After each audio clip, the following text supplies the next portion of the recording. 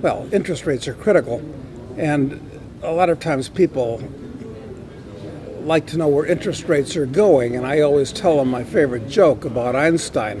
Einstein dies and goes to heaven. St. Peter welcomes him, very happy to see him. And unfortunately, St. Peter says, since we're a centrally planned economy, for obvious reasons, we have a perpetual housing shortage, but maybe you wouldn't mind bunking with 3 guys while we get your digs ready. So the 3 guys that are very pleased to have Einstein for a roommate, and first guy goes up to him and says, "Mr. Einstein, I'm so pleased to meet you. I've got an IQ of 130, and I'd like to get to know you better." So Einstein says, "Great, after lunch, let's bounce around a couple concepts of astrophysics I've been thinking about." Second guy comes up to him and says, "Mr. Einstein, I'm not as smart as that first guy. I've only got an IQ of 100, but I'd still like to get to know you." So Einstein says, "Let me put my grip away, and let's play a game of chess." Third guy comes up to him and says, "Mr. Einstein, I'm not as smart as those other 2 guys. I've only got an IQ of 70, but I'd still like to get to know you." So Einstein says, "So where do you think interest rates are going?" And I've got to say that I've been surprised that the bull market in bonds, or the bear market in interest rates, if you want, has lasted as long as it has. Because in the early 70s, depending on which interest rate you were looking at, rates fell from the 16 to 22% area, now to the 0 to 2% area. It's lasted 30 years. They've been going down more or less consistently over that time. It surprised me for the last few years. But at this point, I think interest rates are actually being artificially suppressed by the Federal Reserve, and they can do this by buying bonds or notes and so forth. In the short run, that suppresses interest rates, but in the long run, because it expands the amount of currency in existence, interest rates are going to explode. And it's absolutely perverse what these idiots are doing, because I don't know what the correct level of interest rates would be, either generally or in this particular environment. You can argue that 3% might be kind of a standard level of interest rates, because perhaps that's the level at which people can increase the amount of real wealth in the world over time. I don't know. But the point is this. One of the cures for the economic disaster that we're looking at is much higher interest rates. Now, why do I say that? This is the opposite of the conventional wisdom. The reason for that is that the way a society becomes wealthy is by producing more than it consumes and saving the difference. When you have a high interest rate environment, it induces people to save what they earn because they're being paid for the capital they set aside. When you have a low interest rate environment, they're not induced to save. In fact, they're induced to borrow. And the problem with borrowing is it's living out of future capital, or living out of capital that's already been accumulated, and living out of future production is what I really mean to say. So that's what the government has been doing with these artificially low interest rates, which they intend to stimulate the economy, which is to stimulate consumption, which is completely idiotic. What you want is more production, not more consumption. The consumption will follow as a result of the production. So what they're doing keeping interest rates low is not only not curing the problem, it's making the problem much, much worse for the future.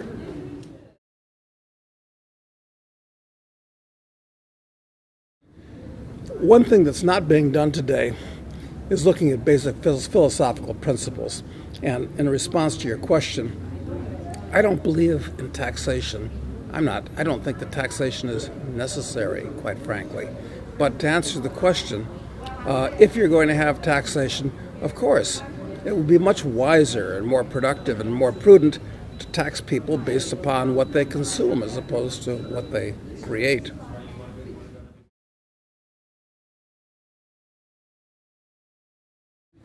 Well, this crisis is 100% the product of the government in general and inflation in particular. Just like the last depression, the one of 1929 to 1946, it was 100% a product of the creation of the Federal Reserve and the gradual moving off, subtly, fraudulently, from the gold standard starting in 1913. Created the boom of the 1920s and the bust of the 1930s, and of course that led to warfare and so forth. Same thing is happening now, except to a much greater degree. So that's the cause of what's going on, is inflation.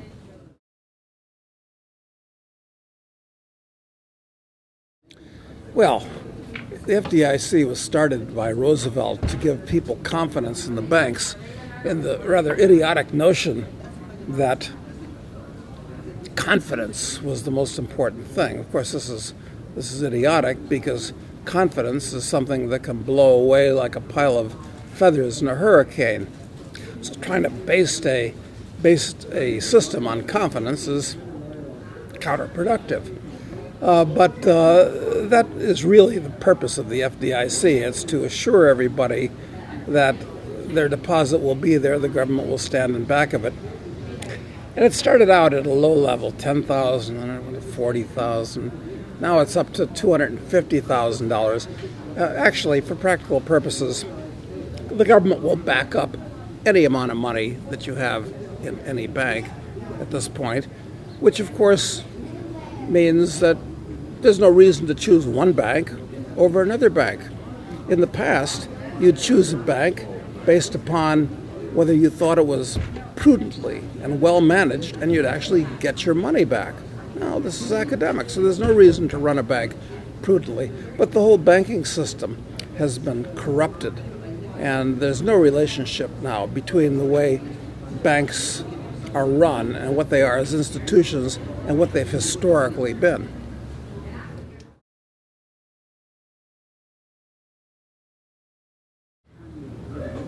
Bank runs are actually a good thing, because they put the fear of God into bankers that have been acting imprudently.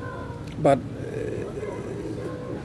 as I said, the whole principle of banking has been corrupted. It used to be there were two types of bank deposits: demand deposits, or checking accounts, and time deposits, or savings accounts.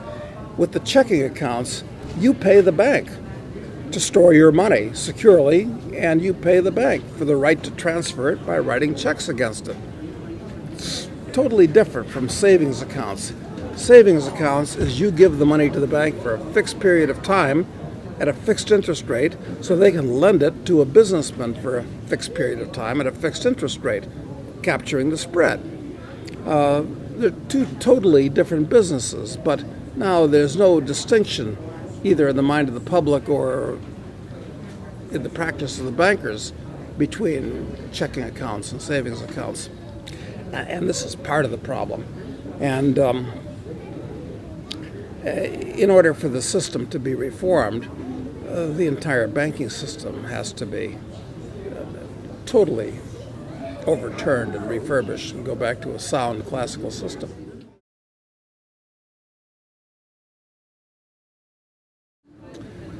It could exist occasionally as a fraud, which is what it is, but no, it couldn't, because a fractional reserve system amounts to lending money which is not yours to lend. And after a while, in a free market system, people would notice, there are an awful lot of banknotes floating around here from XYZ Bank. Maybe what they're doing is kiting their banknotes. And people would withdraw their money. You'd have a run on the bank. And the people that were foolish enough to have deposited their money with imprudent bank and trust wouldn't get their money back. So bank runs are the free market's way of keeping the bankers honest, in other words. And yes, some people would lose from time to time. I'm afraid because of human nature being what it is, we just can't get away from the fact that some people do commit frauds and malfeasance. But historically, when we've had bank runs, it's always been a local and therefore a relatively small thing. What the Federal Reserve has done is elevate a local problem and made it into a national institution.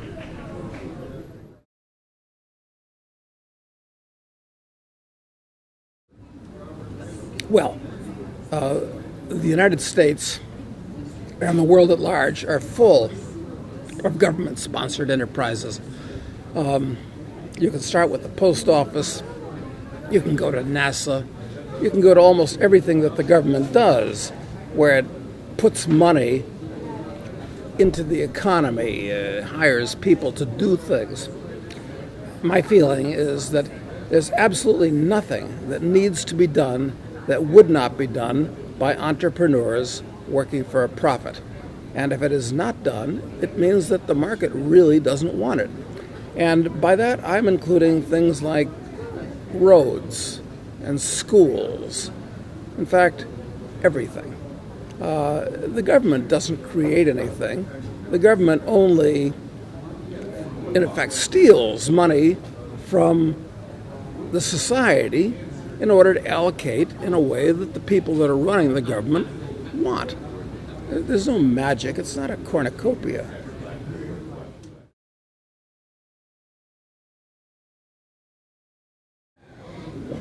Well, it can never be. Well, there's lots of problems with GDP.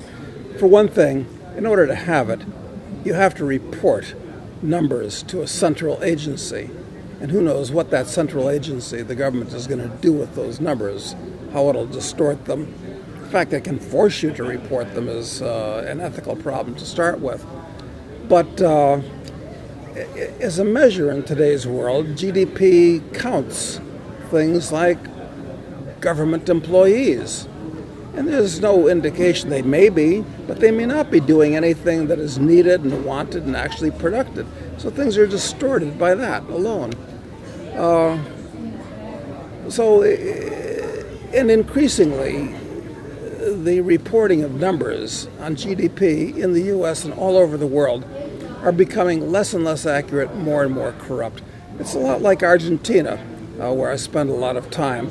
You can't trust any of the numbers from the government, and everybody knows it, because they're put out not as matters of economic interest, but as matters of political policy.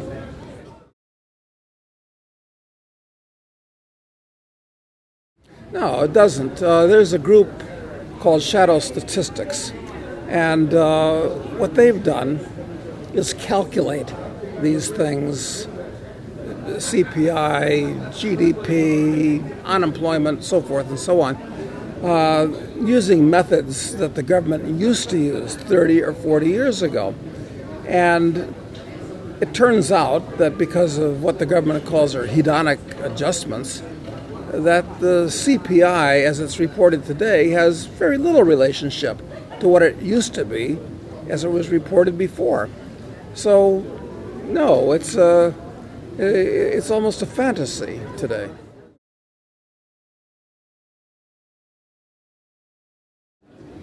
Well, it's induced people to buy houses. And it's nice for everybody to have their own house, but it's not necessarily economic. One of the problems with the government inducing people to own houses, even people that can't really afford them, is it's actually putting them in the position of a medieval serf. where it cements them into that house, where they can't afford to leave the house. They can't sell it. They don't want to lose the equity that they have in it. So they're like stuck there. And I can understand what was going on in the minds of the bureaucrats, thinking that it would make for a more stable society if everybody had a stake in it by owning their own little house. Okay, but then there are unintended consequences. And as I said, the unintended consequence of this is that you might wind up making somebody stay with that house for strictly economic reasons. And I think that's what's actually happening. We're, oddly enough, developing a whole new class of serfs in this country. There are homeowners that are underwater that can't afford to move. There are students who foolishly borrowed a lot of money to take courses in things like political science or English literature or gender studies. Complete waste of their time and money. But now they're buried under this debt, turned into serfs.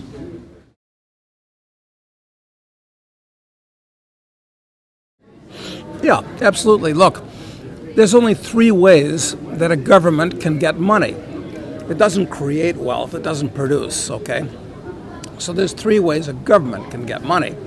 It can tax it, which is, insofar as theft is honest, is the only honest way for the government to get it. It wants it, it takes it, you know what it's taking. It can borrow it, go into the markets and have people lend the money, but then the taxpayers or somebody is going to have to pay that loan back with interest in the future. And the third way is by getting control of the monetary system and literally printing the money up and passing it out to people. It works much better in a big country like the United States than it does in a little country like Zimbabwe. I mean, the scheme can go on much longer.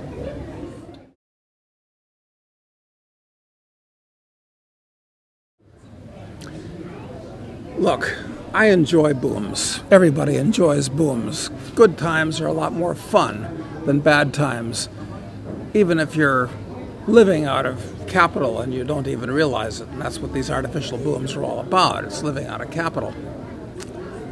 But a bust is unpleasant, but it's necessary to wash away the distortions and the misallocations of capital that people got into during the artificial boom.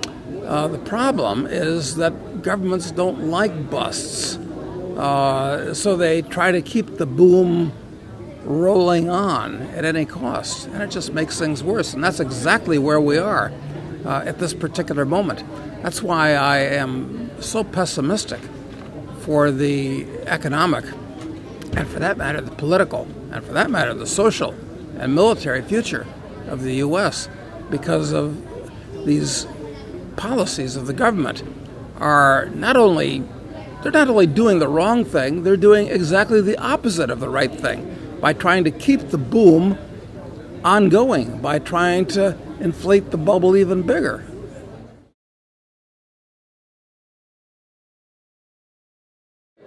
Yes, of course we are. Look, these people in the government apparently don't learn anything at all. And the reason for that is that their psychological, their intellectual approach to things hasn't changed at all. So, of course, they're making the same mistakes that they made during the last Depression. And that's why this Depression is going to be much more serious, much bigger, much longer lasting than the Depression of the 30s and the 40s. And it's also going to be different. The last Depression was characterized mainly by the monetary phenomenon of deflation, where bonds defaulted, stock market crashed, wiped out that much money. This time, the government, well, they don't want that to happen, so they're going to keep printing up money. And we're going to be in the worst of all possible worlds. We're going to have a depression, which is a period of time when most people's standard of living drops significantly, combined with inflation, which is when the currency loses value radically.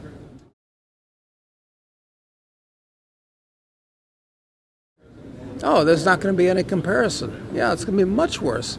The society itself is much more unstable than it was during the 1970s. There's less savings. There's more government intervention in the economy. No, the 1970s are going to look like the good old days. Although I've got to say that I lived through the 1970s, and personally, I had a wonderful time. And it was like a mini depression back then, but I hardly even knew it because I was taking care of business myself and growing in wisdom, grace, and wealth. So the fact we were living through a depression at the time, it barely even occurred to me personally.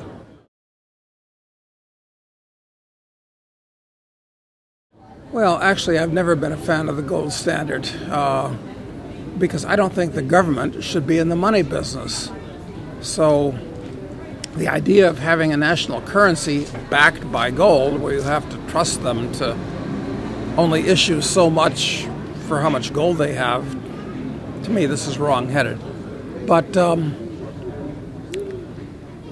as a speculator, I guess I was a fan of the gold standard because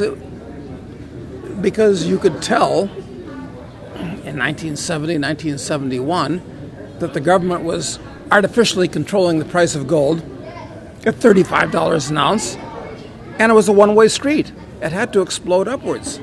So, although it was very bad, although this government intervention in the economy was very bad for the economy as a whole, for me, as a speculator, it was very good.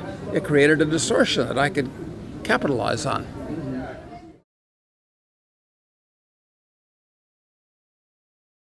No question. I mean, there are a lot of problems with Volcker and his beliefs and policies. That said, what he did during the early 80s was much more intelligent than what Bernanke is trying to do right now. Bernanke is going to wind up destroying the U.S. dollar, and as a result, destroying the U.S. economy. It was risky what Volcker did in those days, but within the context of the system as it's currently put together, he did the right thing.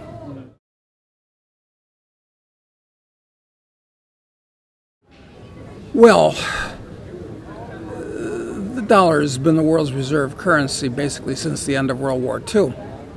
And this has been a huge boon for Americans because with everybody around the world taking dollars, it's like 6-7 trillion of them outside the United States, it's been wonderful. Foreigners send us Mercedes and Sonys and coffee and cocaine and all kinds of wonderful things, and we just send them paper money. Just print up pieces of paper and send it to them, and they accept it and they use it. But that's coming to an end. At this point, most of the central banks in the world hold dollars as their reserves, as their assets. But they understand that those dollars are hot potatoes, and they're going to start treating them as such, trying to get rid of them. In about 50 countries around the world, the average guy in the street uses dollars interchangeably with the local currency units, but they're going to get worried about it too. So I suspect there's going to be a panic out of the dollar. To answer the question in terms of time, when is the dollar no longer going to be the world's reserve currency? I'll give it from when we're speaking, and I hate to put a time on these things, it's always dangerous, but I'll give it 2 years.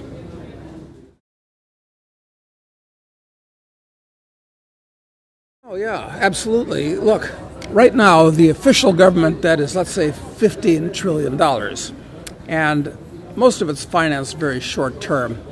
But let's say the average interest rate that they're paying is 2%. Some of it's as little as 0.1%.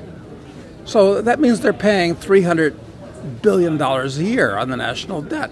Now, if interest rates went back up to even 12%, I'm not talking to what they went up to in the early 80s, that would be an extra 10% in interest on $15 trillion or 1.5 billion. So the deficit is right now 1.5 trillion a year. If interest rates went back up just to what I think is a reasonable level, it would double right there. And you'd be at 3. There's no way out at this point. They've literally painted themselves into a corner, and there's absolutely no way out at this point. There's nothing they can do to make things better except totally free marketize the economy or take radical steps in that direction, which they're not going to do. So you better hold on to your hat, because we're in for we're in for a gigantic financial and economic hurricane. In fact, that's the way I've been describing this. When we went into this in 2007 and 2008, it was just the leading edge of the hurricane. And for the last couple of years, 2010 and 2011, we've been in the eye of the hurricane. But now we're coming out the other side of the hurricane, but the hurricane's going to be much bigger. And there's no way of telling how long it's going to last. It can last as long as you'd like. It could last,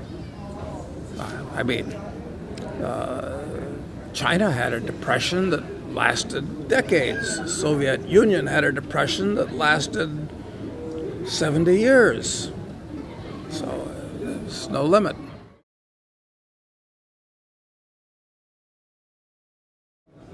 They're trying to stimulate the economy. That's one thing. They think that'll help by putting more money in the hands of some people. There'll be more spending, and then they'll buy things, and people have to produce the things. They've got this backwards, of course. And the other thing with quantitative easing, of course, is to bail out these banks that have made all these bad loans. So they give the banks money to make up for the money that they've lost. But this is very stupid, because it's not a problem if a bank fails. Look, all the real wealth in the world, the buildings, the technologies, the knowledge in the heads of people, that doesn't vanish just because a bank collapses. All that happens is the people that were imprudent enough to have trusted that bank are punished. But the real wealth stays here. It's just changes hands. That's all.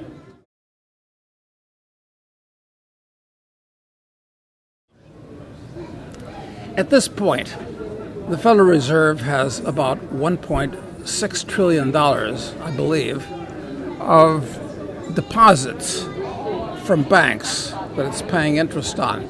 Now, this is very problematical from their point of view, because they want the banks to go out and lend it into the economy.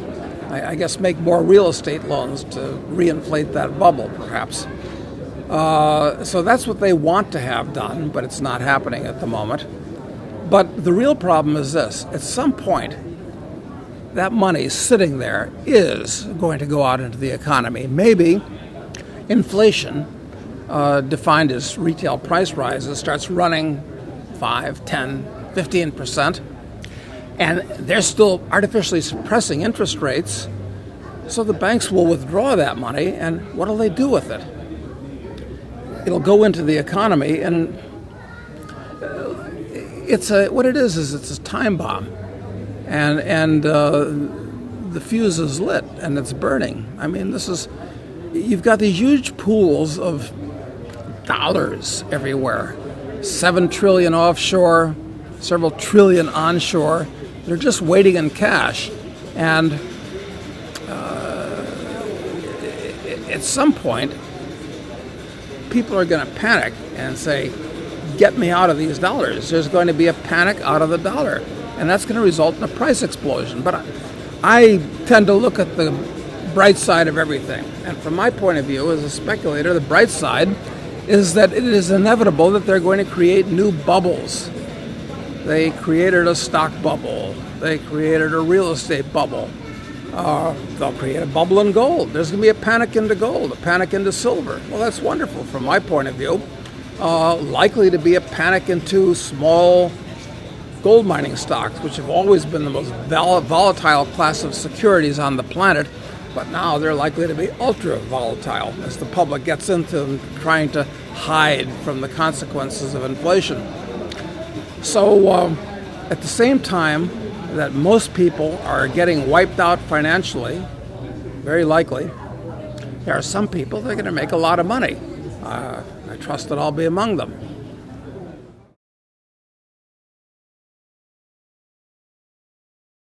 Of course, they should abolish legal tender laws.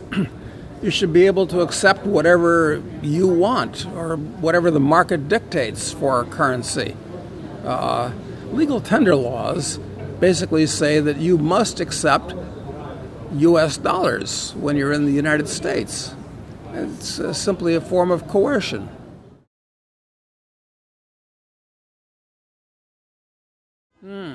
I think there's going to be millions of very unhappy kids that are going to feel like they were defrauded and deluded by the educational system, which they were, in point of fact. So how is that going to work out? If the government really enforces those bankruptcy conditions, they're going to be converted into a class of serfs. But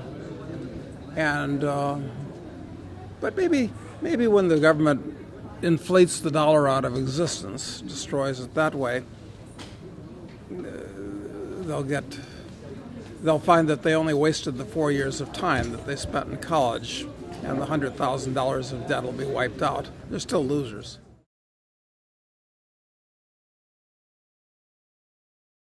I think one of the smartest things you can do today is take out a long-term fixed interest rate mortgage on your property. Chances are good that the mortgage is going to be inflated out of existence, or when interest rates go way up, you're going to be able to, the bank will have to buy it back from you, but at a great discount from where it is.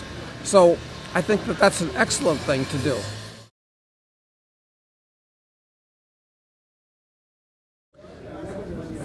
Fundamentally, there's plenty of reason to be bearish on the stock market.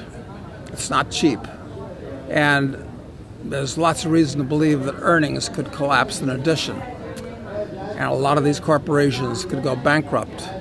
But I'm not as bearish as I should be under the circumstances, because of these trillions of currency units the government's created, a lot of them are going to pour into stocks. You've got corporations out there that are sitting on scores of trillions of dollars of currency, of bank deposits that they own. They're earning a lot of money. Apple, for instance. The question is, when inflation really starts speeding up, what are they going to do with those billions and billions of dollars? Buy gold? Nah, they don't understand that. They'll probably buy back their own stock, or they'll try to take over other companies. So under these circumstances, the stock market is strictly a speculative vehicle where you're trying to second guess what other people are going to do as inflation runs away. So I don't know, nobody else knows, but it's going to be volatile. It's going to be a wild ride.